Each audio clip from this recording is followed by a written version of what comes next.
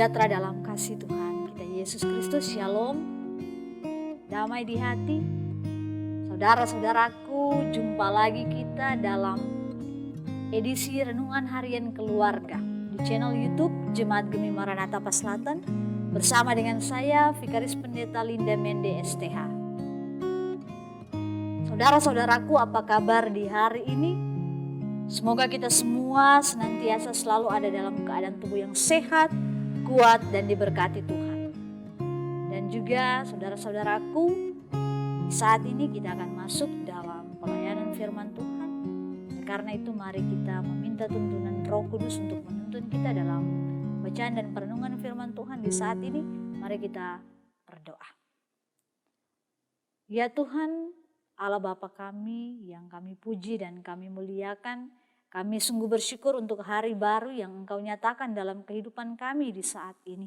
Kami boleh menikmati nafas kehidupan yang baru, kami boleh menjalankan segala aktivitas kami di sepanjang hari ini. Dan tentunya semuanya itu boleh kami lakukan, boleh kami kerjakan hanya karena berkat dan kemurahan Tuhan saja. Ya Tuhan Allah Bapa yang kami puji dan kami muliakan. Di saat ini kami rindu untuk belajar tentang kebenaran firman-Mu. Kiranya Engkau senantiasa taruhkan roh hikmat kebijaksanaan kepada kami, agar supaya kami boleh mengerti dan memahami firman-Mu. Bahkan juga boleh senantiasa menjadi pelaku-pelaku firman dimanapun kami pergi dan berada. Tuhan Yesus, berfirmanlah kepada kami karena kami telah siap mendengarkannya. Amin. Saudara-saudaraku, marilah kita membaca firman Tuhan yang terdapat dalam Perjanjian Baru, dalam Titus pasal 1, ayat yang ke-12 hingga ayat yang ke-14. Sekali lagi kita akan membaca firman Tuhan dalam Titus pasal 1, ayat yang ke-12 hingga ayat yang ke-14. Dan beginilah firman Tuhan. Seorang dari kalangan mereka, nabi mereka sendiri, pernah berkata, dasar orang Kreta pembohong, binatang buas, pelahap yang malas.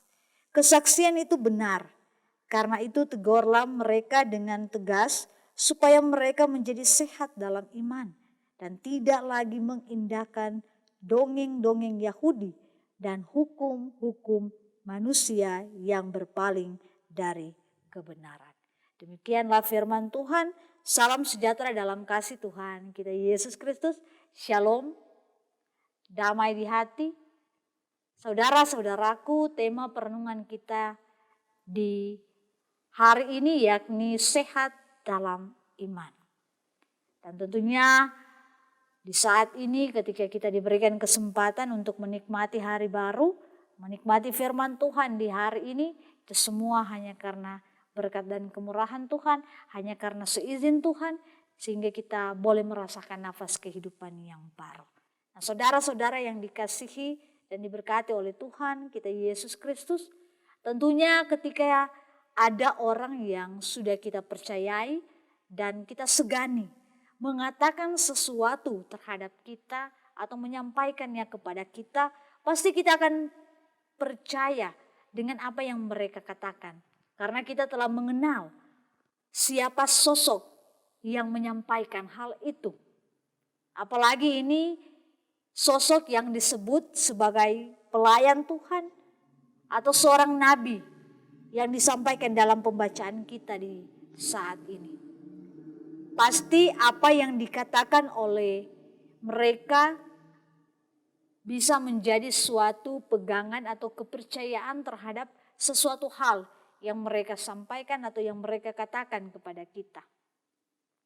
Lebih jelasnya ada beberapa pengertian tentang nabi, yakni nabi itu adalah seorang yang menerima pewahyuan secara khusus dari Tuhan untuk menyatakan kehendaknya di masa kini dan ke depannya. Nabi itu juga adalah pemberita seluruh amanat tentang dosa dan keselamatan, murka dan kasih karunia Allah. Nah, saudara-saudaraku, Melalui pembacaan kita di saat ini sangatlah jelas di ayat yang ke-12 mengatakan seorang dari kalangan mereka, nabi mereka sendiri pernah berkata, dasar orang Kreta pembohong, binatang buas, pelahap yang malas. Artinya bahwa melalui perkataan dari nabi yang disampaikan di sini, yang melayani di Pulau Kreta di saat itu, memberikan gambaran kepada Rasul Paulus sehingga dia mampu mengetahui situasi dan kondisi atau latar belakang dari keberadaan orang-orang di sana. Di mana nabi mereka mengatakan bahwa orang Kreta itu adalah seorang pembohong, binatang buas, pelahap yang malas. Dengan pernyataan yang disampaikan oleh nabi inilah Paulus menggambarkan tentang tabiat dari masyarakat di sana pada umumnya. Yang pastinya sangat memengaruhi atau sangat mempengaruhi kehidupan jemaat yang ada. Dengan kata lain, karena hal tersebutlah, maka jemaat tidak sehat dalam iman karena mereka dipengaruhi oleh lingkungan sekitarnya. Seperti ada ungkapan firman Tuhan yang mengatakan dalam Amsal pasal 13 ayat yang ke-20, siapa bergaul dengan orang bijak menjadi bijak, tetapi siapa bergaul dengan orang bebal menjadi malang. Oleh karena itu saudara-saudaraku, hal ini memperlihatkan kepada kita bahwa seberapa berpengaruhnya sebuah pergaulan dalam membentuk suatu kehidupan jemaat yang baik ataupun membentuk suatu kepribadian dengan karakter jemaat yang baik. Jadi saudara-saudaraku, dari hal ini kita harus belajar untuk memperhatikan lingkungan pergaulan kita. Namun hal ini bukan berarti kita menjudge atau membeda-bedakan strata sosial, ekonomi, dan lain sebagainya. Melainkan lebih kepada lingkungan dan pergaulan yang sehat, yang akan membentuk juga iman yang sehat, baik kita secara pribadi maupun jemaat. Oleh sebab itu saudara-saudaraku, melihat situasi dan kondisi yang ada di jemaat, inilah membuat Paulus dan Titus berpikir untuk membangun suatu pelayanan yang strategis supaya jemaat hidup sehat dalam iman. Namun tentunya kita tahu bersama ketika kita akan melakukan hal itu tidaklah mudah untuk dilakukan.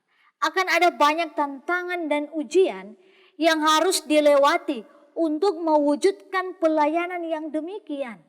Dan semuanya juga itu membutuhkan komitmen yang kuat dari para pelayan Tuhan, hamba Tuhan, ataupun semua yang dipercayakan dalam tugas tanggung jawab pelayanan untuk melayani dengan sungguh-sungguh dan menjadikan kehidupan mereka sebagai teladan bagi jemaat dan umat yang ada.